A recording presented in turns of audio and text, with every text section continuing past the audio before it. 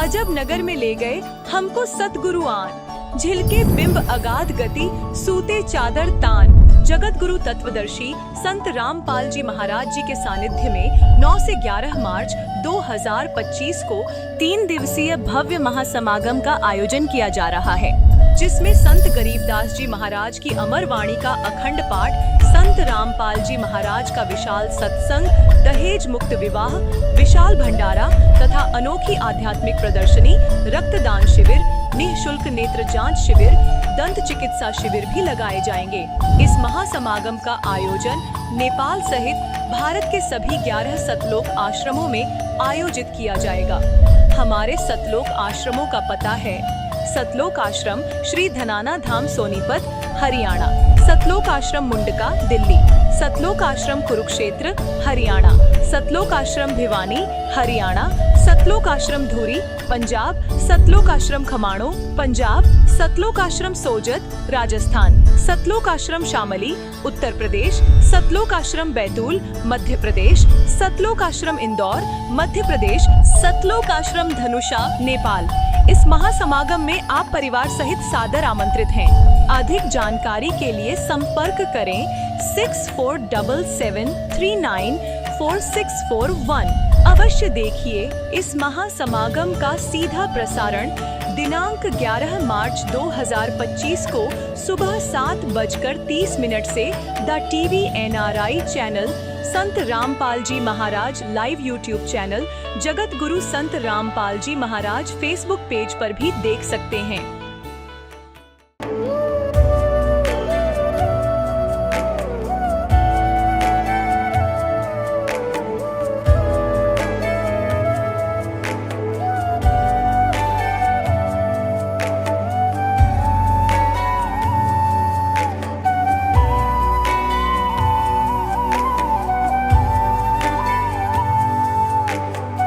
प्रभु राम देव भगवान अल्लाह खुदा ईश आदि नाम एक ही शक्ति के हैं।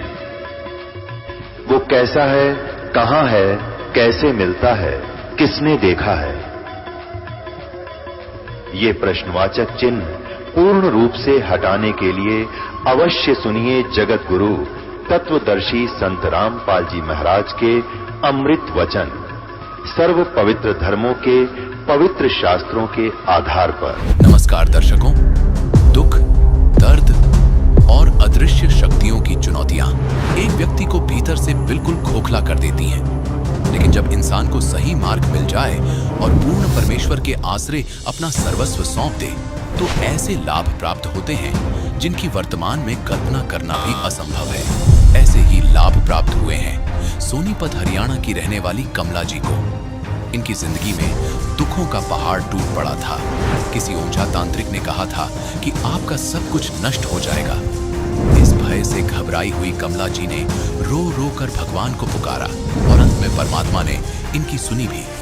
पूर्ण परमेश्वर स्वरूप तत्वदर्शी संत रामपाल जी महाराज जी की शरण ग्रहण करने के बाद इन्हें ऐसे अविश्वसनीय लाभ हुए हैं जो हम पहले सिर्फ कथाओं में सुना करते थे। कहते हैं ना, राम भरोसे जो रहे वो पर्वत पर लहराए। ऐसा ही एक चमत्कार इन्होंने भी बताया कि जब कमला जी भगवान के भरोसे सब कुछ छोड़कर सत्संग में गईं, तो पीछे से परमात्मा ने इनके सारे गेहूं स्वयं साफ कर दिए। साथ ही अदृश्य शक्तियों का साया इनके घर से दूर हुआ और बेटे को जीवन दान मिला। अब आप स्वयं सुनिए कमला जी के जीवन परिवर्तन की सच्चाई, उनकी आप बताई। नमस्कार जी। नमस्कार जी। क्या नाम है जी आपका? मेरा कमला नाम है। कहाँ से आए हैं बहन जी आप? सोनीपत शास्त्री कॉलोनी। बहन जी, संत रामपाल जी महाराज से नाम दीक्षा आपने कब ली? संत रामपाल जी महाराज से दीक्षा मैंने 2003 में ली।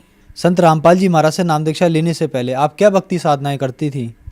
ये जो 3 लोक की भक्ति है, ये सभी करती थी। व्रत, तीर्थ और पितृ पूजा और शिवजी पूजा, ये सब करती थी। जितनी भी 3 लोक में आती हैं, बहुत भक्ति करी, बहुत। और दुख भी बहुत दिए इन्होंने, बहुत दुख दिए। तो फिर आप संत रामपाल जी महाराज की शरण में कैसे आई? संत रामपाल जी महाराज की शरण में ऐसे आई, एक मेरी लड़की और जटवाड़े में गप्पू भगत जी हैं, वे संत रामपाल जी महाराज से नाम उपदेश ले रहे थे। तो मेरी लड़की और उसकी लड़की कॉलेज में पढ़ती थी, तो मेरी लड़की उसके साथ जाती थी। तो उसने बताया कि हम गुरु बना रहे हैं, तो उसने मेरे को बताया। उस लड़की ने अपनी मम्मी से बताया, राधा की मम्मी ऐसे ऐसे पूछ रही थी, और मेरी लड़की ने सारी बात पूछ के ना मेरे से बताया, एक मम्मी वे गुरु बना रहे हैं, और उनके पापा गुजर रहे हैं, एक्सीडेंट में गुजरे थे। तो मेरे को एक सियाने ने बताया था कि आपका तो सब कुछ ख़त्म हो जाएगा, एक के बाद एक ख़त्म होगा। तो हमारे इसके पापा जी का DT रोड पर एक्सीडेंट हो गया और वे ख़त्म हो गए 13 दिन में, बोले भी नहीं। तो मैं तो घूम रही थी, कहीं परमात्मा मिल जा, रो रही थी। भाई परमात्मा तो है ही नहीं, परमात्मा होते तो मेरी सुधि लेते, मेरी प्रार्थना सुनते। मैं रोती थी और मैं कहती थी, भगवान आप कहाँ हो, मैं तो बहुत दुखी हूँ, परमात्मा आओ मेरा दुख सुनो। तो परमात्मा ने मेरी सुनी। तो मेरी बेटी ने बताया, माँ वे गुरु बना रहे हैं, आपने जाना ज़रूरी है। तो मैं उसके पास गई, फिर उसने बहुत बात बताई गुरुजियाँ की, वैसे बता रही थी। तो मेरे हृदय में ऐसा हो गया, एक एक बात सच्चाई लिखी जा रही है। और मैं चलती आना, मैं बोली जोत लग रही थी, मैं बोली मैं जोत के आगे दंडवत प्रणाम कर लूँ। बोली हाँ बे कर ले, ये तो सबके भगवान है। तो मैंने दंडवत प्रणाम करी। तो मैं बोली, मैं कहा हे भगवान, हे गुरु महाराज, मैं आपके योग्य हूँ तो मेरे को भी बुलाना। तो भगवान ने मेरी प्रार्थना सुनी और मैं सत्संग सुन के आई गई। संत रामपाल जी महाराज दर्शन देने लग रहे, तो मैं लाइन में लग गई। तो मैं गुरुजी के पास गई, संत रामपाल जी महाराज के पास गई। तो मैं देखते हैं ठाडू रोने लग गई। परमात्मा बोले वे क्यों रोई, सिर पर हाथ धर के। मैं कहा गुरुजी मैं तो बहुत दुखी हूँ। गुरुजी बोले बे अब आगे दुखी नहीं होगी, तू फार्म भरते नाम ले ले। मैंने अपना फार्म भरवा दिया, नाम ले लिया, नाम लेके घर आ गई। बहन जी, आपने बताया जैसे कि आप संत रामपाल जी महाराज के दर्शन करने गए और संत रामपाल जी महाराज ने आपसे कहा कि आज के बाद आप दुखी नहीं होगी, तो क्या संत रामपाल जी महाराज से नाम दीक्षा लेने के बाद आपके दुख दूर हुए? बहुत दुख दूर हुए। एक तो शुरू में तो हुआ कि मेरे कलेजे में मतलब तेजाब सी बनती थी लीवर में, बहुत डॉक्टरों के पास घूम ली और कोई आराम नहीं हुआ। दवाई खाती इतना आराम रहता, फिर ऐसे ही हो जाता। और वो है ना, नाम लेते एक साथ एकदम तो छूमंतर हो गया, दर्द नहीं रहा मेरा कोई भी, आराम तो रोटी खाती खूब, सब कुछ ठीक हो गया। और फिर 1 महीने के बाद रणबीर भगत के यहाँ 5 दिन के खुले पाठ हुए थे, तो यहाँ सत्संग सुनने आई। तब है ना गुरुजी घर घर सत्संग किया करते थे और 5 दिन के खुले पाठ थे। यहाँ परमात्मा आए और हमें पता लग गया। तो पहले दिन तो सत्संग सुन गई, दूसरे दिन बेटा बोला, बड़ा बेटा नाम नहीं ले रहा, वो बोला अब तू रोज सत्संगों में घूमिए, घर का काम मत करिए। मैं बोली भाई के काम अटक गया, मेरे को काम बता, तेरा काम करके जब जाऊंगी। वो बोला गेहूँ संवारने हैं, गेहूँ बोने हैं, उनमें जो गणे थे। मैं बोली बेटा चाहिए दिवे के चांदने में संवारूँ, मैं तेरे गेहूँ संवारूँगी और मेरे को सत्संग से मने मत करा, मैं सत्संग सुन कर आऊँगी। और मैं सत्संग में आ गई तो सत्संग सुना, 5 दिन का सत्संग सुन के बेटी बोली दोनों, अग माँ गेहूँ संवारने हैं भाई, फिर तेरी गला लड़ाई करेगा और तेरे से अकेली से नहीं संवरेंगे, हमारे 2 दिन की छुट्टी है, हम तेरे गेहूँ संवरवा दे। मैं ठीक है बेटी। पल्ली पे 7 दड़ी गेहूँ काट के घेर रखे थे ठेके में, तो मगा बेटी लागो तुम इतना मैं आ रही हूँ। तो वे देखने लगी, तो जो उनमें गेहूँ में एक भी जो नहीं पाई, सब परमात्मा ने साफ कर दिए। मेरे मालिक संत रामपाल जी महाराज ने वे सारे जो चुग दिए। परमात्मा ऐसे दुख दूर करते हैं अपनी आत्मा के, जो परमात्मा की शरण में रहते हैं और अपने नियम निभा के भक्ति करते हैं। परमात्मा एक एक बात इसी सुना है, जो श्याम को याद करके सो गए और परमात्मा से मन में प्रार्थना कर लिए, परमात्मा ये होना देना चाहिए, तो परमात्मा सुबह वो पूरा कर देते हैं। संत रामपाल जी महाराज पूरा कर देते हैं, कमी नहीं छोड़ते हमें। और दूसरा लाभ ये हुआ, मेरे बेटे का एक्सीडेंट हो गया, बहुत तगड़ा एक्सीडेंट हो गया। वो नाम दीक्षा ले रहे थे, फिर वो शादी में चले गए, उसने अपना नियम तोड़ दिया, दारू प्यादी बच्चों ने साथ में होके न वो दारू पी ली, आती आना एक्सीडेंट हो गया। उसका यहाँ से सारा मुंह पाट गया, ये जबड़ा आड़े का टूट कर अंदर घुस गया, आड़े तंसली टूट गया, हाथ टूट गया और ये दिमाग पे चोट गहरी लगी। बेटा कोमा में चला गया। तो 3 दिन का एक्सीडेंट था। मैं संत रामपाल जी महाराज के पास पहुंची करो था। वो तो मैंने प्रार्थना करी, मैं रोऊँ। गुरुजी बोले बेबे क्यों रोवा है? मैं कहा गुरुजी बेटे न तगड़ा एक्सीडेंट कर लिया। बोले बेटी गलती कर रहा है, गलती में चोट खा रहा है, अब कुएं में डाक मारेंगे तो मरेंगे। मैं कहा हाँ गुरुजी गलती तो है ही, गलती तो कर रहा है। तो गुरुजी बोले बेटी रो मत ना, तेरा बेटा दाऊं ठीक होगा, आवेगा, टाइम लगेगा। मेरे विश्वास हो गया भाई गुरु के वचन झूठे नहीं होते। संत रामपाल जी ने बोला अब तेरा बेटा दाऊं ठीक होगा, आवेगा। और तो मेरे मन में विश्वास हो गया, हाँ संत रामपाल जी ने बोल दिया तो बेटा ठीक ही होगा, आवेगा। सब रोते बोले पैसे लग गए इतने, बेटा ठीक नहीं हो।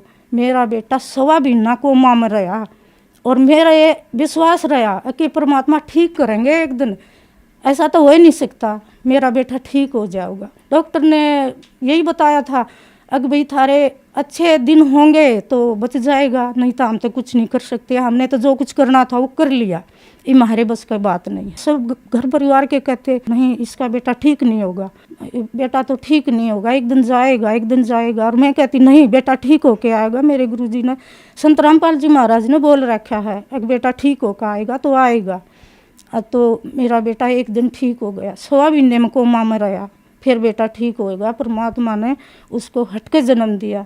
तो बेटा वहाँ से अस्पताल से आए पीछे, मैं एक दिन लेके गई गुरुजी के पास, संत रामपाल जी महाराज के पास। तो मैंने बताया गुरुजी ये है वो बेटा एक्सीडेंट में चोट खाई थी। गुरुजी बोले बेटी काल के मुँह में तो खोस के लाया हूँ तेरे बेटे ने, इसका जीवन दान नहीं था तो परमात्मा ने मेरे बेटे को जीवन दान दिया। और परमात्मा तो ऐसे लाभ देते हैं। एक दिन भक्तनी का फोन आया, बोली बेतड़ का पणवासी है, सत्संग में जाएंगे, चलेगी? मैं बोली हाँ बे चलूँगी। तो मैंने शाम ने सोचा सुबह वक्त जाऊँगी, काम कुम करूँगी, मगर पैसे देखूँ बटुए में। मैंने देखा बटुए में 100 रुपये पाए। तो मैंने सोचा 100 रुपये तो थोड़े रहेंगे और 200 रुपये होते तो मैं चली जाती, घर पर और पैसे नहीं थे। तो मैंने सोची पड़ोसना के जाएगी, नहीं कहेंगी सत्संग में जा है और पैसे मांग के जा है। मैंने किसी पर नहीं मांगे, मैं सो गई मनसा मार के। सुबह उठ के मैंने ताला खोला, तो ताला खोल के अरे दीवार में आड़ी थी, उस आड़ी में ताला धरने लग गई। तो उस आड़ी में 200 रुपये धरे पाए मैंने। तो परमात्मा ऐसे देते हैं अपने भगत को, दुखी नहीं होने देते। तो एक दिन मेरी जेठ की लड़कियाँ की शादी थी, तो उनने सफेदी करी थी। तो वो बोली आके शादी होगी आपके घर में भी मेहमान बैठेंगे, तुम भी सफेदी कर लो। मैं बोली वे हम तो ना करते। बोली कुछ तो बच रही है गोली गड़ाई और कुछ और मंगा ले, सफेदी करवा ले। मैं बोली ना भैया हम नहीं करते। वह पीछे पड़ी रही, ने बोली ये करवा लेना है। मैं चल कोई बात नहीं। तो पैसे तो थे नहीं, ये तो माँ बेटी बतला रहे थे। बोली माँ मेरा एडमिशन भी भरना है, बिजली का बिल देना है, ऐसे है वैसे, हम मतलब बैठ के बतला रहे थे। तो बेटी बोली अगर माँ 30,000 रुपये हों जब जाके काम चल हमारा। मैं कहा हाँ बेटी, मैं कहा खर्चा तो गणाए है। तो परमात्मा ने ऐसी दया करी, वो जो सफेदी करने लग गए तो कमरा खाली कर दिया, सामान बाहर बेड पर रख दिया। और दिन में सफेदी करके शाम ने बेटी बोली आके लिया माँ ये सामान रख दूँ मैं भी इसमें, और ये कमरा सूख गया। मैं कहा ठीक है बेटी रख दे। तो बेटी ने सारा सामान रख दिया। तो बेड के ऊपर एक थैली रह गई, उस थैली में 31,000 रुपये परमात्मा ने ऐसे दिए। तो संत रामपाल जी महाराज ने हमारी पुकार गैल सुन ली। तो बेटी बोली माँ मेरे को पैसे पाए। मैं कहा बेटी पैसे कहाँ से आए? माँ ये सारा सामान उठा लिया और ये थैली बेड पर पाई है। माँ बेटी ये कहाँ से आए? परमात्मा ने तो बहुत दया करी। आगे कल से हमने नहीं बता रहे थे कि भाई 30,000 रुपये हों जब काम चल रहा है। परमात्मा ने 31,000 रुपये बेटी ने गिने। परमात्मा ने बंदी छोड़ सतगुरु रामपाल जी महाराज ने 31,000 रुपये दे दिए। तो परमात्मा बहुत लाभ दिए, बहुत लाभ दिए। और तो छोटे मोटे तो होते ही रहते हैं। और फिर जो बड़ा बेटा है उसकी शादी नहीं हो रही थी, वो नाम नहीं ले रहा। तो मैंने एक दिन परमात्मा से वैसे ही जो तक प्रार्थना करी, ये परमात्मा ये नाम भी नहीं ले रहा, इसकी शादी भी नहीं हो रही, और ऐसा है कि यो ब्याह आ जाए, एक बहू आ जा तो मने भी सुख हो जा। तो परमात्मा ने 10 दिन भीतर ऐसा सूत बैठाया कि परमात्मा ने 10 दिन भीतर मेरा बेटा विवाह दिया। और ऐसी शरीफ बहू आई है, बहुत शरीफ है, मेरा कहना मानती है और ऐसे लाभ करते हैं बंदी छोड़ सतगुरु रामपाल जी महाराज। नाम लेने से पहले एक सियाने से पूछा मैंने कि भाई हमारे घर में बहुत नुकसान हो रही है। तो वो सियाने ने बताया कि भाई थारे घर में जिंद है और ऐसा उपरा है कि एक के बाद एक ख़त्म हो जाएगा। हमारे इसके पापा तो चले गए थे और न बोले एक के बाद एक ख़त्म हो जाएगा। मैंने सोचा ये तो भाई गलत बात होगी, सब ख़त्म हो जाएंगे तो क्या रहेगा। फिर परमात्मा का नाम पता चला और बंदी छोड़ सतगुरु से नाम लिया और मालिक ने वो जिंद भी ऐसे भगा दिया। और बेटे का एक्सीडेंट होया, एक बेटे से जीवन दान दिया और एक बेटे का एक्सीडेंट होया, उसको भी परमात्मा ने ऐसे बचाया। 5 जने बैठे थे गाड़ी में और गाड़ी ने 2 पथले खाए और किसी के भी चोट नहीं लगी, किसी को भी। वो तो नाम भी नहीं ले रहा था। परमात्मा ऐसे सुख देते हो हमको। सतगुरु रामपाल जी महाराज की शरण में नहीं जाते तो हम तो खत्म हो जाते, कदे के खत्म हो लेते। परमात्मा की दया से सारा सब कुछ चल रहा है। बहन जी, संत रामपाल जी महाराज से कैसे जुड़ सकते हैं? संत रामपाल जी महाराज से टीवी में चैनलों पे और पीली पट्टी आती है, उस पर सारा पता दे रखा है और फ़ोन नंबर भी है। और जो ये गीता तेरा ज्ञान अमृत और ज्ञान गंगा, उसमें सारा पता है और उसमें देखो, पढ़ो और समझो और नाम दीक्षा लो और अपना उद्धार कराओ। धन्यवाद जी। सच्चा है। अब जगत गुरु तत्वदर्शी संत रामपाल जी महाराज जी के सत्संग के माध्यम से उस अद्वितीय आध्यात्मिक ज्ञान के बारे में जानते हैं जिसके माध्यम से आप भी प्राप्त कर सकते हैं ऐसे आध्यात्मिक, मानसिक और भौतिक सुख जो अभी तक आपने सिर्फ मीराबाई, ध्रुव, प्रहलाद जैसे कुछ ही भक्तों की जीवन कथा में सुने होंगे। अब सुनिए तत्वदर्शी संत के संग शास्त्र अनुकूल भक्ति सत्संग, ऐसा अद्वितीय आध्यात्मिक ज्ञान जिसका है सर्वधर्मों के पवित्र शास्त्रों में प्रमाण। अब रोग तो भगवान के आगे कुछ है ही वस्तु नहीं, 2 मिनट में ठीक करें ये सारे संसार के रचनहार 1 मिनट में। जब गोरखनाथ जैसे मुर्दे जिंदा कर सकते हैं, ये क्या नहीं कर सकता, एक सोचने की बात है। ये समझ सकती है, 1 सेकंड में सब कुछ कर सकता है, लेकिन हमारा विश्वास दृढ़ नहीं होता। फिर भी जैसे यहाँ नाम लिया, आपको भक्तों के से सुनते हो, मुझे ये लाभ हुआ, मुझे ये लाभ हुआ, मुझे ये ठीक हो गया, तो उस आत्मा का दृढ़ विश्वास होता है जो केवल रोग निवारण के लिए आए हैं, संकट निवारण के लिए। उन्होंने मंत्र लिया और उसका खूब जाप करेंगे। यहाँ से जाते ही क्या होगा, काल के दूत चारों तरफ से भेज दिए जाएंगे। वहाँ क्या रखा है, चल तुझे वहाँ झाड़ा लगवाते हैं, वहाँ क्या रखा, वो बड़े संत वहाँ ले चलते हैं। तो पुण्यात्माओं, इस कारण से वो नाम खंडित होने से वो मृत्यु को प्राप्त हो जाता है जो यहाँ आया था, नाम खंडित होने से। अब फिर भी उसको इतना लाभ मिलेगा क्योंकि वहां तो लाभ होना नहीं था, वो तो नाश कर दिया, उसके भक्ति बदनाश कर दी और आगे कुछ मिलना ही नहीं था, वहां धक्के खा ही रहे थे हम। फिर भी उस प्राणी को इतना लाभ होगा, उसको तो मालूम नहीं ना, उसके साथ आने वालों को इतना ज्ञान, वो भी नहीं सोचेंगे यूं मर गया हम जावा को नहीं, वहां पर इसकी मृत्यु होगी, लेकिन वो ना आओ, लेकिन उसके लिए कल्याण हो गया उसका। उसने नाम ले लिया, मृत्यु होगी या मृत्यु तो वह एक्सीडेंट में हो जाए जब के कर ले, तो तुरंत मनुष्य जीवन मिलेगा उस प्राणी को जो पहला मंत्र भी प्राप्त कर लिया और 10-20 मंत्र भी उसने जाप कर लिए। मनुष्य जीवन गारंटीड है। और मनुष्य जीवन मिल गया तो फिर यहाँ आएगा, भक्ति बीज बू गया उसके अंदर और अगले जन्म में पार हो जाएगा। ये तो असंग जन्म हो गए, मरते और जन्म त्याने। तो पुण्यात्माओं, दृढ़ रहोगे तो रोग भी कटेगा, ऐसा जीवन में मोक्ष होगा। और कारण यह है कि अभी हमारी संख्या कम है, काल से प्रेरित, अज्ञान से प्रेरित जनता घनी है, वो आपके नामों को खंडित करवाए बिना छोड़ती नहीं। लेकिन फिर भी दास की कोशिश है कि ज्ञान इतना दृढ़ कर दूं आपको कि डगमग ना हो सको, तो जल्दी काम बन जाएगा।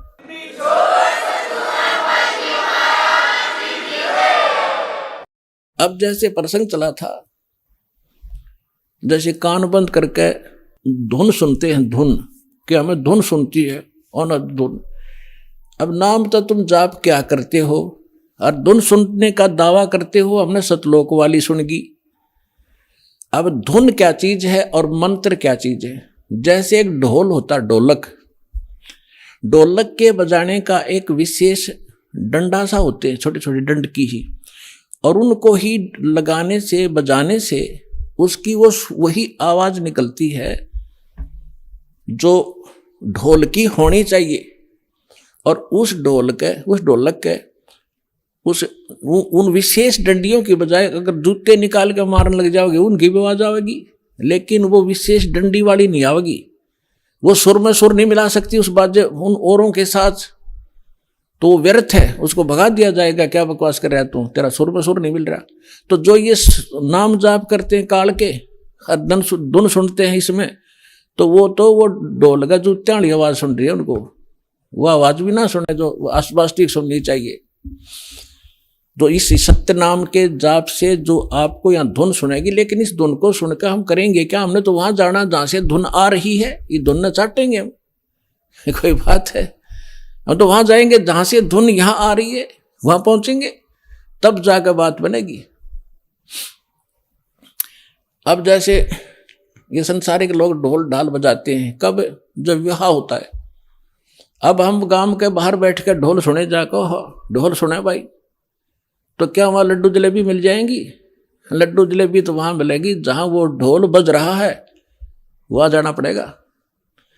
तो इस प्रकार हमने सतलोक जाना पड़ेगा, वहां सब सुख प्राप्त होंगे। इस धुन से कोई लाभ नहीं, बजो सुनो ना सुनो, आपको जो मंत्र दे दिया इससे अपने आप वो बज रही है, अपने आप सुर खुलते चले जाएंगे।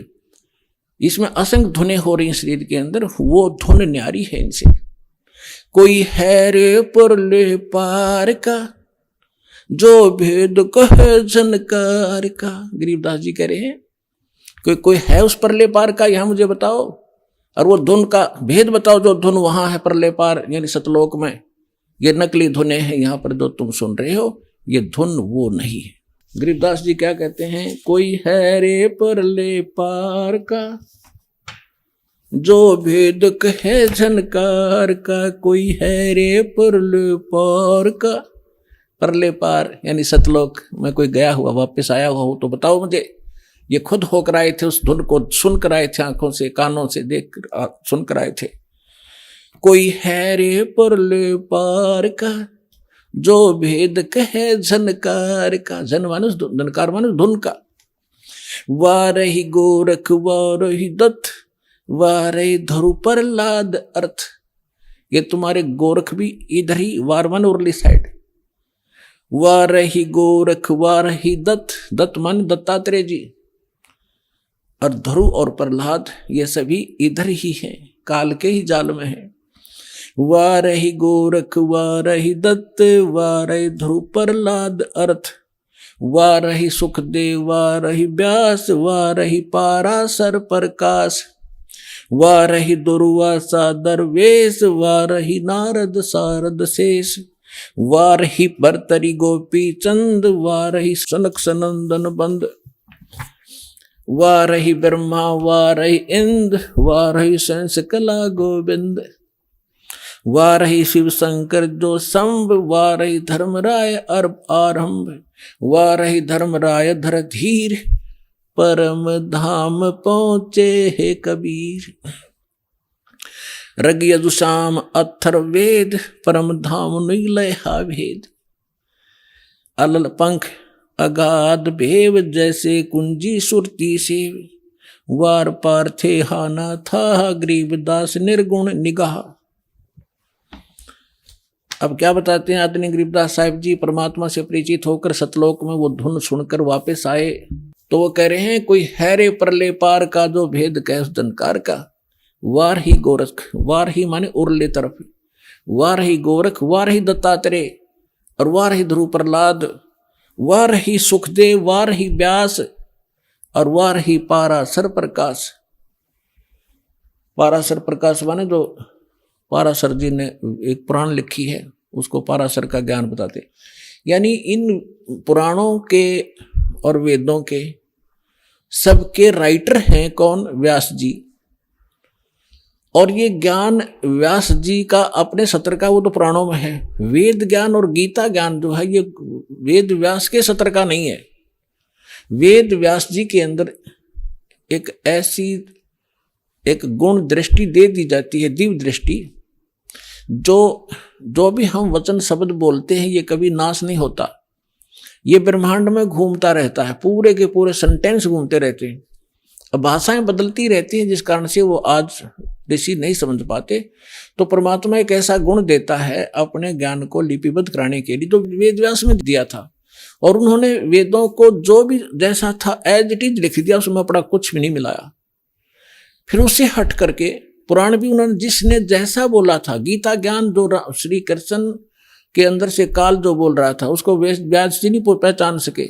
श्री कृष्ण में जो काल बोल रहा था, श्री कृष्ण के शरीर का प्रयोग करके जो वार्ता अर्जुन और उस श्री कृष्ण के मुख से बोल रहे उस ज्ञान की हुई थी, वह जो भी थी एज इट इज लिख दी उसने। जो संजय ने बोला, धृतराष्ट्र ने बोला, फलाने ने बोला, वो सारा कुछ लिख दिया। इसमें इसका अपना कोई रोल नहीं। और इसका रोल होता फिर ये इसमें देवी पुराण के अंदर प्रथम स्कंद में कि हे भगवान, ब्रह्मा उस नारद जी से पूछ रहा है कि सृष्टि किसने रची, कैसे रची। नारद जी बता रहे हो मैंने अपने पिता से सुनी नो। था उनको ज्ञान होता है व्यास जी को, तो वो अपने ही तरफ से लिखता और अपना ही ज्ञान बताता। तो यहाँ कहने का भाव ये है कि ये चारों वेद जो हैं ये इनके अंदर परमात्मा परम धाम का पाने का ज्ञान नहीं है, उस परमात्मा की महिमा अवश्य लिखी है। तो इसके लिए क्या बता रहे हैं, धर्मराज दरबार में देई कबीर तलाक, मेरे भूले चूके हंस को तू पकड़िए मत जाके। आदरणीय गरीबदास साहिब जी 10 वर्ष के बालक थे, अपने ही खेतों में अपने ही गऊओं को चरा रहे थे, उसके साथ और भी बहुत से उनके कुछ नौकर, क्योंकि गरीबदास जी के जो पिताजी थे बहुत बड़े किसान थे, लगभग 1300-1400 एकड़ जमीन थी। वो अपने ही खेतों में लगभग 100-150 गऊओं को चरा रहे थे और भी गांव के कुछ निर्धन व्यक्ति अपने गऊओं को भी उन्हीं के खेतों में हरी चराया करते थे, वो वहां पाली गवाले थे। तो सतलोक से परमात्मा आए एक जिंदा महात्मा के रूप में, और उस गरीबदास जी को वहाँ एक कुंवारी गाय का दूध निकाला, परमात्मा ने कुंवारी गाय का दूध पिया, गरीबदास जी को मंत्र दिया प्रथम और वो दूध पिलाया। उसके बाद गरीबदास जी को लेकर के उनकी आत्मा को ऊपर ब्रह्मांड सब दिखाकर, ब्रह्मा विष्णु महेश धर्मराज का सब दिखा करके सचखंड ले गए।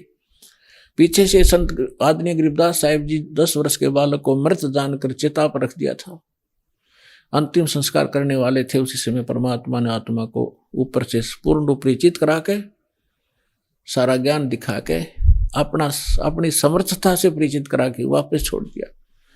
तब उस 10 वर्ष के बालक ने उठकर जो आंखों देखा परमात्मा की महिमा गाई, वो इस प्रकार है। गरीबदास साहिब जी बता रहे हैं कि जब मुझे परमात्मा यहाँ से लेकर गए, यहाँ के धर्मराज जो चीफ जस्टिस ऑफ वन ब्रह्मांड, एक ब्रह्मांड का जो चीफ जस्टिस है, जिसके सामने किसी की पार हिम्मत नहीं जाने की,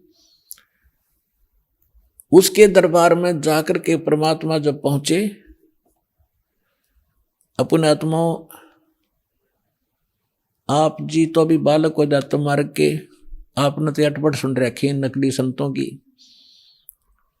और अब आपको ज्ञान सुन पता चलेगा। जैसे आप जी को एक अमेरिका की भविष्यवक्ता, अमेरिका की फ्लोरेंस की भविष्यवाणी सुनाई थी पिछले सत्संग में, और उसने क्या बताया है कि उस संत के ऊपर नक्षत्र से एक प्रकाश आ रहा लगातार, उसकी किरणें उसके मत्थे पर निरंतर बरस रही है। तो यह शक्ति सतलोक से सतपुरुष की, कबीर भगवान की दास के पास आ रही है, और उसी से दास आपको कनेक्शन दे रहा है, ये रियल पावर मिल रही है आपको। फिर वो क्या बताती है कि उसका चेहरा जब मैं देखती हूँ जैसे उसके चारों तरफ सूर्य उदय हो रहे हों। इस शरीर के अंदर एक और बॉडी है।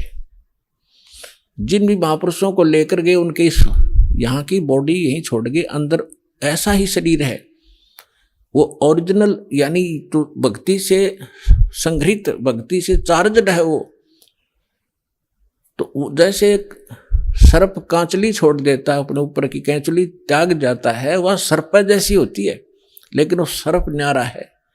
ऐसे ही शरीर के अंदर ओरिजिनल जो बॉडी है वो अलग है, और उसका प्रकाश फिर उस सूक्ष्म शरीर से बाहर झलकता है। इसके बारे में गरीबदास जी कहते हैं, देही को सतगुरु कहे ये सब धुंधर ज्ञाने, चार दाग आता नहीं वाको सतगुरु जाने। इस शरीर की, इस बॉडी को सतगुरु जो मान रहे हैं वो तो अभी बालक है। इसके अंदर जो और शरीर युक्त वो सतगुरु है, वो मरता नहीं कभी। चार प्रकार के दाग हैं, अंतिम संस्कार 4 प्रकार से किया जा रहा अपने यहाँ पर। एक तो दफना देते हैं, मिट्टी में गाड़ देते हैं ईसाई और मुसलमान भाई, और हिंदू और सिख संस्कार कर देते हैं। कुछ ऐसे हैं जो जल प्रवाह कर देते हैं उसको, मच्छी कीड़े मकोड़े खाकर उसके शरीर को दबा देंगे। और कुछ क्या करते हैं, एक मचान बना देते हैं ऊंचा, उस 100 को उस पर डाल देते हैं, पशु पक्षी ऊपर के पक्षी आदि खा लेते हैं। तो 4 प्रकार से अंतिम संस्कार यानी दाग दिया जाता है। तो परमात्मा कहते हैं, गरीबदास साहब जी कहते हैं, इस देही को सतगुरु कहें ये सब धुंधर ज्ञान, और 4 दाग आता नहीं वाको सतगुरु जान। तो यहाँ क्या बता रहे हैं कि परमात्मा जब ऊपर लेकर गए गरीबदास जी को, तो परमेश्वर के शरीर से वहां जब उसने देखा ऐसी चमक थी, और धर्मराज अपने सिंहासन पर विराजमान था, न्यायाधीश।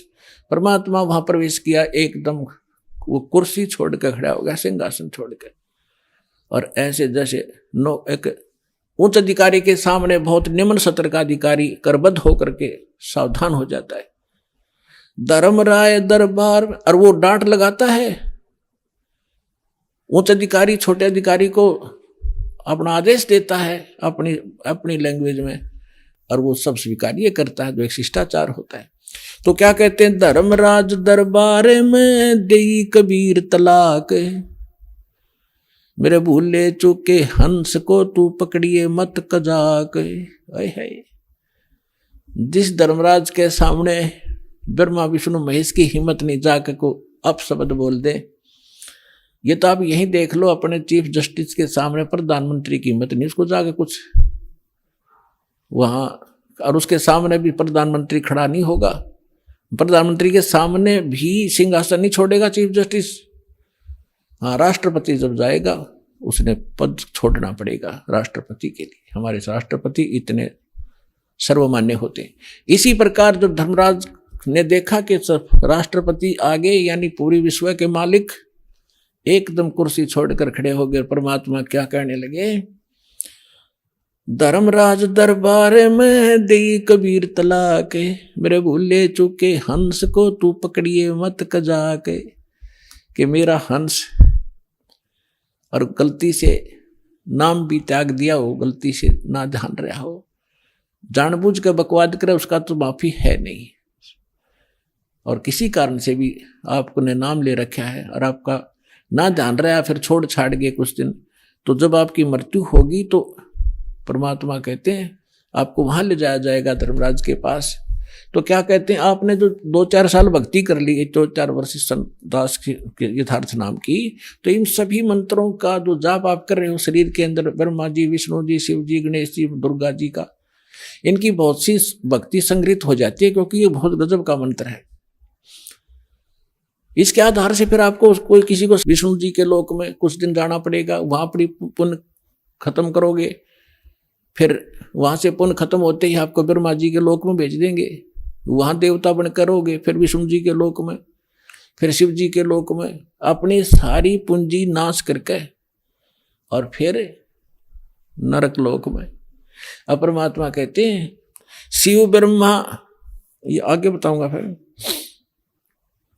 तो वहां जब धर्मदास जी को परमात्मा धर्मराज के दरबार में धमका रहे थे कि मेरे भूले चूके हंस को भी तो पकड़िए मत कजाक, खबरदार मेरे हंस को तूने, जिसने न्यू कह दिया कि मैं कबीर साहब का उपदेश ले रखा था, तो आपको पता ही होगा वो कौन सा नाम जाप कर रहा है, उसकी भक्ति से पता लग जाएगा, तो उसको पकड़ना नहीं। धर्मराज क्या कहते हैं, बोले पुरुष कबीर से धर्मराय कर जोड़े, तुमरे हंस को पकड़ू नहीं मन 2 लाख करोड़े। ने बोला जी आपके हंस न मैं नहीं पकड़ सकता, मैंने दोहाई है, लाख करोड़ दोहाई। फिर क्या बताता, अपनी व्यवस्था अपनी मजबूरी बता रहा है कि यहाँ का विधान है, जैसा कर्म जिसने किया है वो भोगना पड़ेगा। अब मेरे वो कागजों में होगा, तो यहाँ तो परमात्मा इस लिखत का हिसाब चलता है, जैसने जैसा कर्म किया वो भोगना पड़ेगा। आपकी शरण माने से पहले उस प्राणी ने जो आपसे बिछुड़ गया, उसके पाप भी होंगे, पुण्य भी होंगे, तो मुझे तो दोनों का ही दंड देना पड़ेगा। तो परमात्मा क्या कहते हैं, मदहारी जारी नरा और भांग तमाकू खाई। यानी पहले कितनी गलती कर रखी है इसने।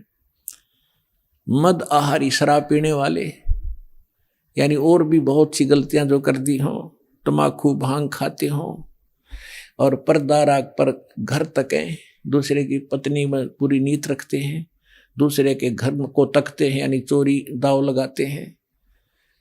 उनको पकड़ूं के नहीं, आपकी शरण माने से पहले जिन्होंने जो गलतियां ये कर रखी हैं दाता, उनको पकड़ूं के नहीं। मदहारी जारी नरा जो भांग तमाकू खाही, परदारा पर घर तकें जिनको लो अकनाही। धर्मराय विनती करे सुनियो पुरुष कबीर। हे भगवान कबीर सुनियो, जिनको तो पकड़ने पड़ेंगे और जड़नी पड़े जंजीर। अब परमात्मा क्या कहते हैं, कर्मों से तीरथ हैं अब हैं जो शरण कबीर। जिनको निश्चय मारे हूं और काटो बल तकसीर। यानी पहले किए सो बक, परमात्मा क्या कहते हैं, पहले किए सो बकस हूं आगे करे ना कोई। कबीर कहे धर्मराय सो नाम रटे मम सोई। ये कर्म वरम ब्रह्मंड के मैं पल में करहूं नेश। जिन हमरी दो ही दई सो करो हमारे पेश।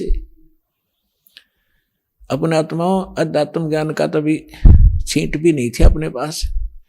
इस जैसे आप देखते हो प्रत्येक देश में, प्रत्येक देश का राजदूत भवन होता है, ऐसे ही परमात्मा ने प्रत्येक ब्रह्मांड में अपना एक राजदूत भवन बना रखा है।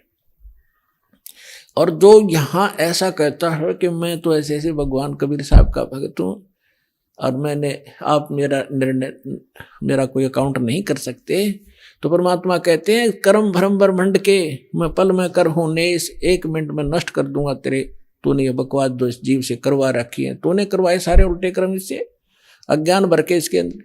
और जिसने मेरा नाम लिया, मेरी दुहाई दी के इस हृदय से जो पुकारेगा, वहां के मैं तो भगवान कबीर साहब का शिष्य था, उनका बच्चा हूं, आप मुझे कैसे ले आए यहाँ पर। तो उनको मेरे पास, मेरे राजदूत भवन में करो हमारे पेश। तो उसका अकाउंट भी नहीं लेना, खबरदार, परमात्मा ने यहां तक बोल दिया। करम भरम ब्रह्मांड के मैं पल में करहूं नेश, यानी क्रॉस कर दूंगा, उन पर कांटा लगा दूंगा। जिन हमरी दो ही दई सो करो हमारे पेश। कहां तक इन परमात्मा गारंटी ले रहे हैं, शिव मंडल ब्रह्मापुरी तो विष्णु लोक में हो। हमरे गुण भूले नहीं तो आण छुटाऊं तो। होय होय।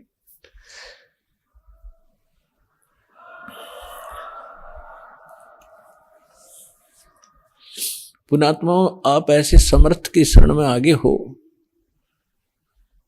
आपका कोई कुछ नहीं बिगाड़ पाएगा, लेकिन आप सावधानी बरतना, दृढ़ रहना, संसार के इस बहाव में बहना नहीं। तो कितनी गारंटी दे रहे परमात्मा। जैसे दास बहुत बार बताता है, शिव मंडल ब्रह्मापुरी में कौन जाएगा, वो भोला जाएगा जिसने 1-2 वर्ष 4 वर्ष या नाम लेकर सारी साधना कर ली। वो उसका पुण्य इकट्ठा हो गया प्रत्येक मंत्रों का। अब वो फिर उसको काल कैसे ठगेगा, विष्णु लोक में जाएगा, विष्णु जी के मंत्र आपको दिए जाते हैं।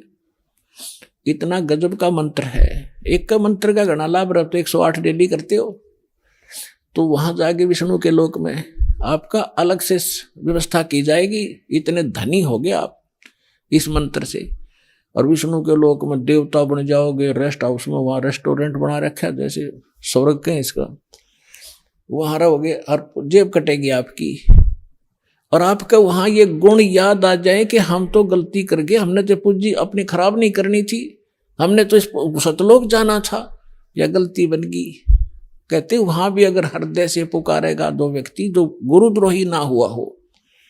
गुरुद्रोही वो होता है नाम भी छोड़ जा और गुरु जी की निंदा करता अंडा जगह जगह घूमे, वो उसका तो नाश परमानेंट हो गया, वो तो खत्म सदा के लिए, कभी मनुष्य जीवन भी नहीं पाएगा आगे से, बहुत युगों तक।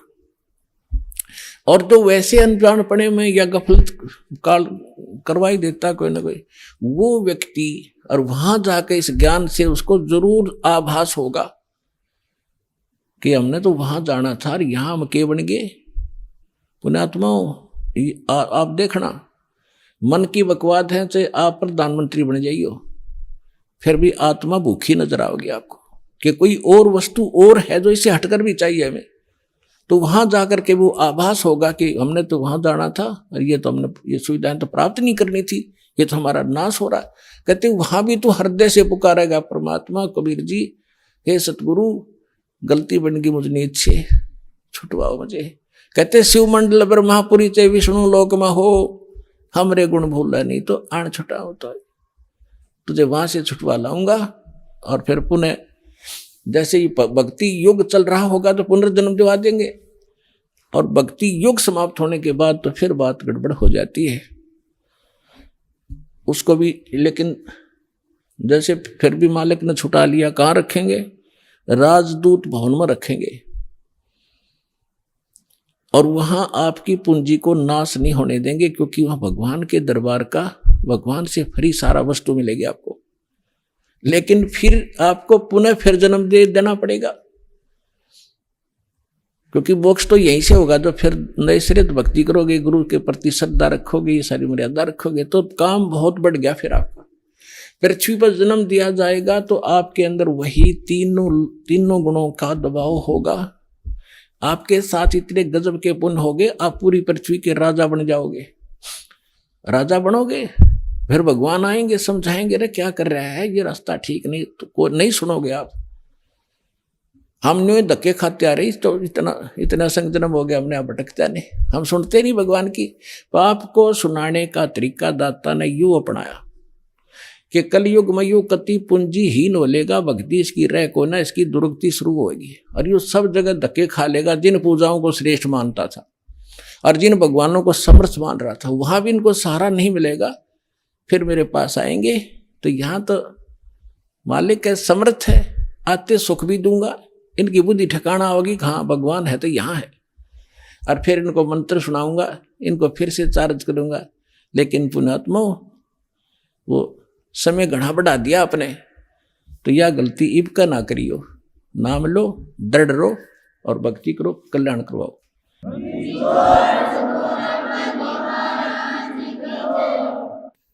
परम पिता परमात्मा पूर्ण ब्रह्म सर्व सृष्टि रचनहार कबीर देव कबीर परमेश्वर जी की असीम रजा से आप चंद पुण्यात्माएं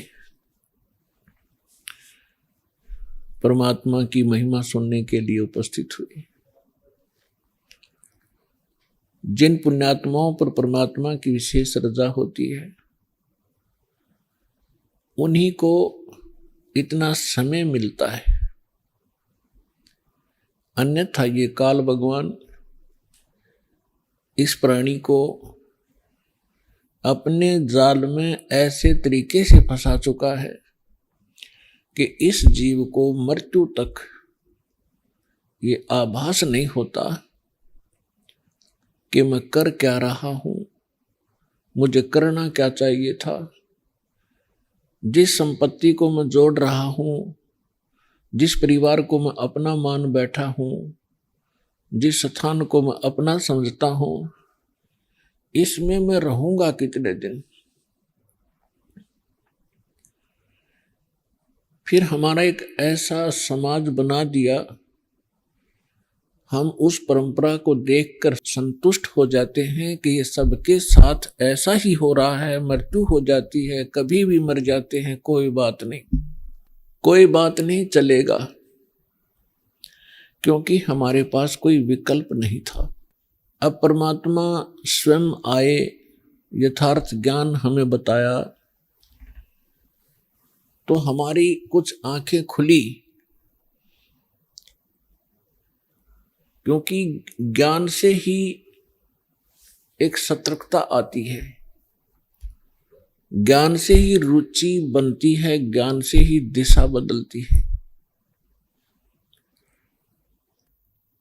और ज्ञान अधिकारी के मुख से उच्चरित होगा तो वो असर भी करता है।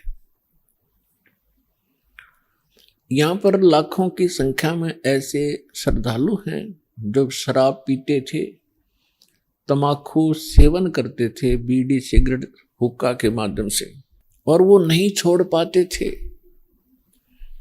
ये शिक्षा माता पिता और भी सभ्य समाज के लोग कहा करते हैं कि भी शराब नहीं पीनी चाहिए, तमाकू नहीं पीना चाहिए, अच्छी बात नहीं, लेकिन वो खुद भी पी रहे होते हैं। तो कहने का तात्पर्य है कि इस काल भगवान, ये काल भगवान, ये ब्रह्म ज्योत स्वरूपी निरंजन, जिसको ऋषि महर्षि ब्रह्म कहा करते थे, और वो ब्रह्म साधना करके अपने आप को सबसे सुपीरियर माना करते थे, इसने इस जीव को ऐसे ढंग से फंसा लिया और ये विकार ज्यादा करवाता है। इसने अपना एक मन एलिमेंट छोड़ दिया आत्मा के साथ में। आत्मा को आवश्यकता है परमात्मा की महिमा की, परमात्मा के गुणगान हो, इसको उसकी आवश्यकता है। और ये मन इसके ऊपर प्रधान बना दिया, इसको डरा धमका के रखता है, भयभीत रखता है। अभी आपने सुने संत रामपाल जी महाराज के मंगल प्रवचन। आइए अब सुनते हैं संत रामपाल जी महाराज से नाम दीक्षा लेकर सतभक्ति करके अद्भुत लाभ प्राप्त करने वाले अनुयायी के विचार। दर्शकों, जीवन में ज्यादातर लोग उन्हीं परंपराओं और साधनाओं को अपनाते हैं जो पीढ़ियों से चलती आ रही हों। लेकिन क्या आपने कभी सोचा है कि उन परंपराओं से क्या वास्तव में लोगों को सच्चा सुख, शांति और परमात्मा की प्राप्ति हो रही है? इसी को जानने के लिए आज आपको मिलवाते हैं एक ऐसे शख्स से जिसने सच्चाई जानकर शास्त्र विरुद्ध परंपराओं को छोड़ सच की राह अपनाई है। ये हैं महेंद्रगढ़ हरियाणा के अमृतलाल कौशिक जी, जो सदा से ही धार्मिक प्रवृत्ति के व्यक्ति रहे हैं। ब्राह्मण परिवार में होने के नाते ये अपने कुल में प्रचलित साधनाओं का पालन करते आ रहे थे, पर दुख की बात यह थी कि उनका पालन करने के बावजूद इनके जीवन में शांति और सुख की कमी थी। लेकिन कहते हैं ना, जब परमात्मा की विशेष मेहर से भाग्य का दरवाजा खुलता है तो जीवन बदल जाता है। अमृतलाल जी के जीवन में भी एक ऐसा ही मोड़ आया जब वे टीवी देखते देखते तत्वदर्शी संत रामपाल जी महाराज के सत्संग कार्यक्रम तक पहुंच गए। संत जी के अद्वितीय आध्यात्मिक विचारों को सुनकर इनके अंदर ज्ञान और गहराई से समझने की इच्छा जागृत हुई, जिसके बाद अमृतलाल जी ने संत जी द्वारा लिखित पुस्तक ज्ञान गंगा पढ़ी और नाम दीक्षा ग्रहण की। इनके द्वारा प्राप्त सत्य भक्ति करने से इन्हें सच्ची सुख शांति मिली, जिसे सुनकर आप भी हैरान हो जाएंगे। तो चलिए सुनते हैं अमृतलाल जी के आध्यात्मिक सफर की कहानी, इनकी अपनी जुबानी। नमस्कार सर। नमस्कार जी। सर क्या नाम है आपका? अमृतलाल कौशिक नाम है जी मेरा। अमृतलाल जी आप कहाँ से आए हैं? मेरा गांव खैरानी है, अटेली मंडी के पास, और मेरा डिस्ट्रिक्ट महेंद्रगढ़ है। अमृत जी, संत रामपाल जी महाराज से कब जुड़े आप? मैं 8 अगस्त 2014 को परम संत सतगुरु रामपाल जी महाराज से जुड़ा। सर संत रामपाल जी महाराज से जुड़ने से पहले क्या आप कोई भक्ति साधना भी करते थे? जी, हम जैसे मैं ब्राह्मण कुल से पैदा हूँ, जन्म मेरा ब्राह्मण कुल में है, तो हम पितरों की मावस वगैरह निकालना, जिंदा देवी भैरों, और मैं 2 बार कावड़ भी लेके आया हूँ, और इन्हीं ब्रह्मा विष्णु की भक्ति करते थे। मैं हम पितरों की साला सरबाला जी, बाबा खाटू श्याम जी, हर जगह जाते थे मेलों में, और इन्हीं देवी देवताओं की भक्ति करते थे। तो फिर आप संत रामपाल जी महाराज की शरण में कैसे आए? इन देवी देवताओं की भक्ति करते करते हमें कुछ कोई खास लाभ तो हो नहीं रहा था। बार बार घर में कभी कोई बीमार, कभी कोई बीमार, मानसिक परेशानियों से जूझ रहा था। मेरे पिताजी बहुत समय से बीमार चल रहे थे, उनकी वजह से मुझे अपनी नौकरी छोड़ के भी घर रहना पड़ा। वो गांव के सरपंच थे, तो उनको मेंटली प्रॉब्लम हो गई थी, उसकी वजह से मैं अपनी नौकरी छोड़ के और गांव में रहने लगा। पिताजी की जगह सरपंची का कार्यभार करने लगा। सरपंची का कार्यभार करते करते कभी सोशल वर्कर, मेला भरवाना, स्टेजों पे रहना, नेताओं के पीछे घूमना, इस प्रकार अपने जीवन को खो रहा था मैं। फिर एक दिन मैंने टीवी चलाया तो टीवी के ऊपर परम संत रामपाल जी महाराज का ही सत्संग चल रहा था। मैंने सत्संग सुना, उसमें देखा कि भाई ब्रह्मा विष्णु महेश ये अजर अमर नहीं है। मेरे एकदम से आप सा सूंघ गया, यार ब्रह्मा विष्णु महेश जो हमारे ब्राह्मण का असली देवता हैं उनको तो यार अजर अमर नहीं बता रहे। और हमने तो अपने पूर्वजों से सुना था कि ब्रह्मा विष्णु महेश से ऊपर कोई देवता ही नहीं है, कोई भगवान ही नहीं है। हम तो खुद अपने आप को जगत गुरु कहते थे ब्राह्मण, अब हमसे बड़ा कोई जगत गुरु है ही नहीं। तो सत्संग सुनने के बाद मेरे को शौक सा लगा।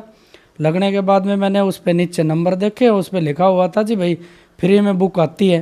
तो मैंने ज्ञान गंगा बुक मंगवा ली जी। गर्मी का टाइम था, खेत में रहता हूँ जी, किसान परिवार में जन्म है, खेती बाड़ी का काम करता हूँ। दोपहर के अंदर गर्मी के अंदर मैंने अपनी वो बुक पढ़नी शुरू करी।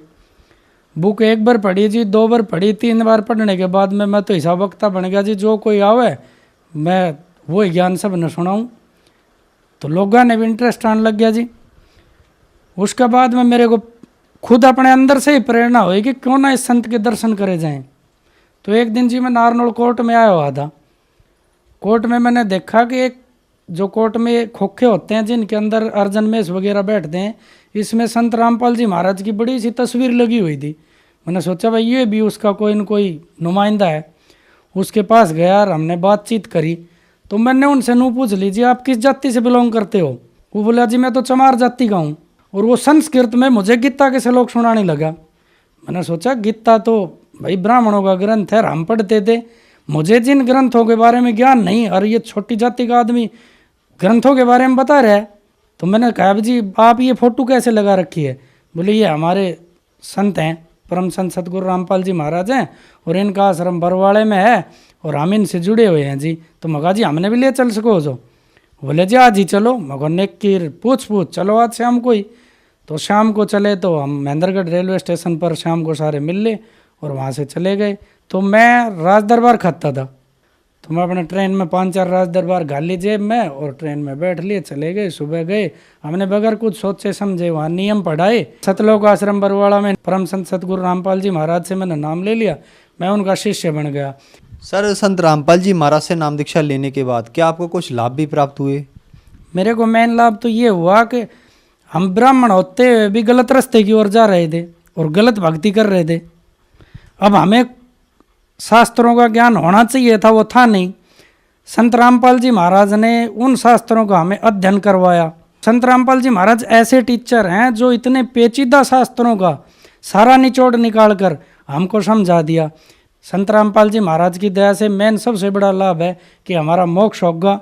बाकी और छोटे मोटे लाभ तो घर में होते ही रहते हैं। परम संत सतगुरु रामपाल जी महाराज से मैंने नाम ले लिया, मैं उनका शिष्य बन गया। घर आने के बाद में मेरे परिवार के लोगों ने मेरा विरोध शुरू कर दिया। मैंने घर में आते हुए मावस बंद करवा दी, देवताओं के जाना आना बंद करवा दिया, सब कुछ करा दिया। मेरी माँ ने कही भाई तेरा तो विनाश होगा, तो तुम्हारा पितर भी छुटवा दिया, देवता भी छुटवा दिया। मैंने कही भाई अगर मैं गलत रास्ते पे जा रहा हूँ तो पितर अपने ही हैं, आके मुझे बताएंगे अगर भाई तू गलत रास्ते पे। तो पहले क्या करते थे, हमारे कोई भैंस भूस दूध दाद नहीं देती थी, तो पितरों का पैसा उवार के उनके ऊपर से और रख देते, भाई पितरों का प्रसाद बांट दियो। और मैंने नाम लेने के बाद में जी भैंसों का मेन बिजनेस था मेरा। नाम लेने के बाद में जो ना दूध देने वाली भैंस थी वो भी हमारा दूध देने लग गई जी आगे, कोई दिक्कत नहीं। संत रामपाल जी महाराज का नाम लेने के बाद में थोड़ा भाई भाइयों ने विरोध किया, लेकिन अब धीरे धीरे चल के वो सब मानने लग गए। मेरे 2 छोटे छोटे बच्चे हैं, मैंने उनको भी नाम दिला दिया, मेरी पत्नी को भी नाम दिला दिया। घर में खूब बरकत हो रही है जी, सब कहें कि मौज से। छोटे छोटे बच्चे हैं मेरे, उन्होंने भी नाम ले लिया, वो भी परमात्मा की भक्ति करते हैं। और मुझे विश्वास है कि वो अपने जीवन में कभी अगर इस मार्ग से डगमग नहीं हुए तो कभी किसी भी कुरीति की तरफ नहीं जाएंगे। और हम अपना जीवन बड़ी ठाठ से गुजर बसर कर रहे हैं और मालिक की भक्ति कर रहे हैं। खेती में पहले क्या था, जो अनाज 40 मन किले के गेहूँ होते थे वो मेरे 70 80 मन होने लग गए। जहाँ भी मैं बीज डालता हूँ मेरे सबसे ज़्यादा अनाज होता है कम मेहनत में। मैं एक किले के अंदर 1.5 लाख रुपए की कमाई करता हूँ, बाड़ी बोता हूँ। अब की बार मेरे साथ एक घटना हुई कि मेरी बाड़ी के अंदर निमाटोड की बीमारी आ गई। तो मैं संत रामपाल जी महाराज की तारीख के ऊपर गया था, तो मैंने सोची सारे डॉक्टरों से सलाह लूँ। डॉक्टरों के पास गया तो उन्होंने हाथ खड़े कर दिए, जी बाबा तो आपकी खेती खत्म होगी। तो मेरी पत्नी कहने लगी, जब आप मालिक की शरण में आए तो मालिक के अरदास करो, वो सब कुछ कर सकते हैं। संत रामपाल जी महाराज से हमने अरदास लगाई अपने मन ही मन में, तो मेरे 1,40,000 रुपए की उस उजड़ी हुई खेती में से होगी। तो मेरी आत्मा गदगद होगी। मालिक जो मांगता हूँ वो पहले लिए खड़े रहते हैं गेट के पास। मेरे भाई बंद ऐसे कहते हैं, क्या संत रामपाल जी महाराज तुझे पैसे दे के जाते हैं? मैं बड़ी सीना ठोक के उनको कहता रहता हूँ कि वो तो मेरे गेट के सामने पैसे लिए हमेशा खड़े रहते हैं, जब मांगूँ तभी गड्डी पकड़ा देते हैं। एक भाई तो मेरा कहता है कि वो भाई हिसार इसलिए दिल्ली जाओ जब रामपाल जी महाराज की टंकी भरवा दे जाए, सारे दिन पेट्रोल फूके जाए, सारे दिन गाड़ियाँ में घूमे जाए। पहले मेरे पास एक पुरानी गाड़ी हुआ करती, तो मैंने परमात्मा से बस मन ही मन में प्रार्थना करी, हिसार से आते आते संत रामपाल जी महाराज से प्रार्थना करी आते आते कि महाराज जी गाड़ी तो बहुत ये पुरानी होगी कि तो एक्सीडेंट होगी। तो मैं एक छोटी सी कंपनी में काम करा करता। उस कंपनी वालों ने सामने कही कि भाई इसमें लकी ड्रा निकलेगा, तो इसमें 1,000 रुपये का कूपन कट रहा है, अगर आप कूपन कटवा लो तो हौसके से आपका गाड़ी निकला हुआ।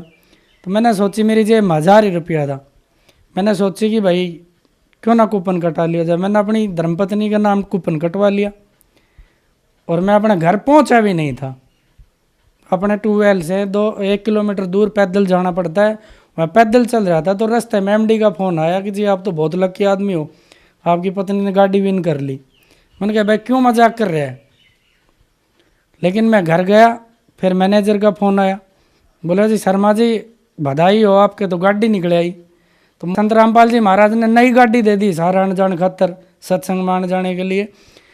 अब क्या हुआ जी, उस गाड़ी की कंडीशन थी और 1.5 लाख रुपया उसके में मैंने देना था। गाड़ी मेरे हैंड ओवर होगी। जब 1.5 लाख देने की बारी आई तो पीछे नोटबंदी का कार्यक्रम हो, उसमें वो कंपनी बंद होगी। अब कंपनी बंद होगी तो मैं रुपया देऊँ किसने? फ्री फंड में गाड़ी रह गई जी। और इस तबत्ती मालिक दया के करेगो, एक जमींदार आदमी, एक किसान पुत्र होते हुए गाड़ियाँ में घूमना, नेता का लोगों की तरह घूमने वाला आदमी हूँ मैं जी। एक जी मेरे पैर में प्रॉब्लम थी, जयपुर के डॉक्टरों ने मेरे को बताई कि भाई तेरे गोड्डा रिप्लेस होगा, घुटना। तो जी भक्ति करते करते मैंने एक दिन मालिक से कहा कि दुनिया का इतना चमत्कार हो रहा है मालिक, मेरे गोड्डो ठीक नहीं हो सके। तो परम संत सतगुरु रामपाल जी महाराज ने मुझे पता भी नहीं चलने दिया। आज मेरे घुटने एकदम सही हैं, कोई दर्द नहीं है किसी भी प्रकार का जी, मैं बिल्कुल स्वस्थ हूँ।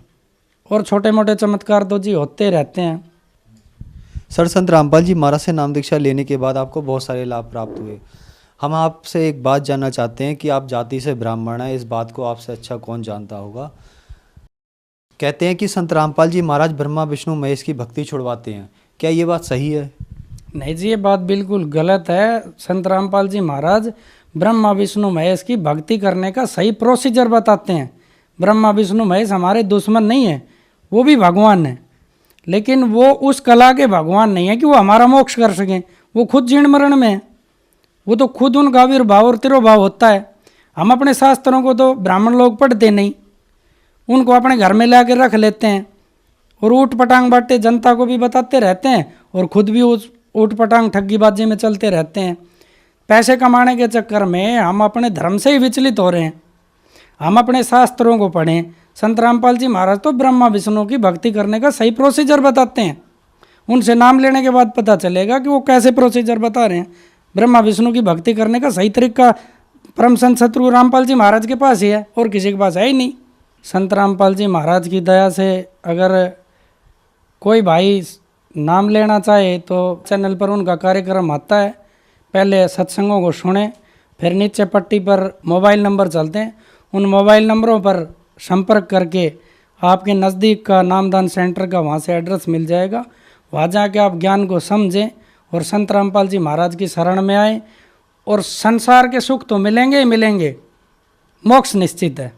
सर कहते हैं कि संत रामपाल जी महाराज से उनके जो अनुयायी हैं अंधश्रद्धा के तहत जुड़े हुए हैं, क्या ये बात सही है? नहीं, कैसे है जी, मैं पढ़ा लिखा हूँ, मैकेनिकल लाइन का आदमी हूँ और मैंने खुद ग्रंथ जांचे हैं। और जो भाई शक करता है वो अपने ग्रंथों को खुद पढ़े, खुद जांचे। संत रामपाल जी महाराज संसार में सबसे बड़े टीचर हैं ग्रंथों के, और कोई आध्यात्मिक गुरु जितने भी हैं, जितने भी धर्मों के गुरु हैं, वो इन ग्रंथों को पढ़ के समझा ही नहीं सकते। गीता, भागवत, कुरान, बाइबल, जितने भी पुराण, कुरान, ये सब संत ने दुनिया के सामने खोल के रख दी। और आप भी पढ़ो और जांचो और फिर आके संत की शरण में आओ और अपना कल्याण कराओ। गुरु बिन तो मोक्ष होगा नहीं, गुरु तो बनाना पड़ेगा। और वो तो स्वयं परमात्मा आए हुए हैं, आप उनसे नाम लो और अपना कल्याण करवाओ। धन्यवाद सर। थैंक यू जी।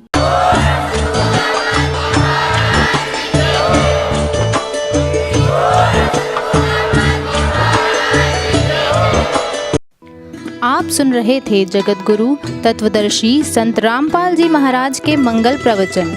अधिक जानकारी के लिए संपर्क करें।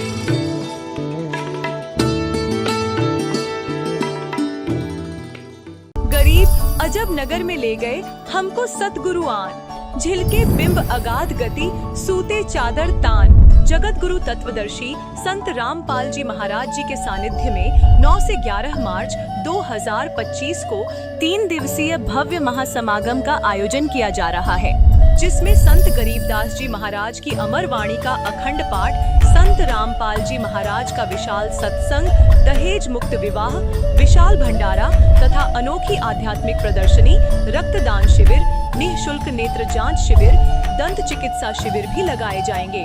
इस महासमागम का आयोजन नेपाल सहित भारत के सभी 11 सतलोक आश्रमों में आयोजित किया जाएगा।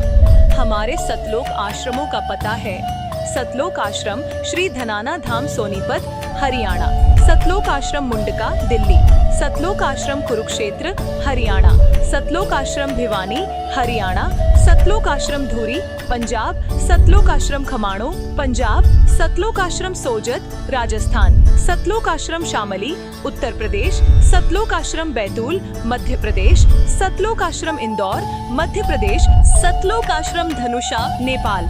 इस महासमागम में आप परिवार सहित सादर आमंत्रित हैं। अधिक जानकारी के लिए संपर्क करें 6477394641।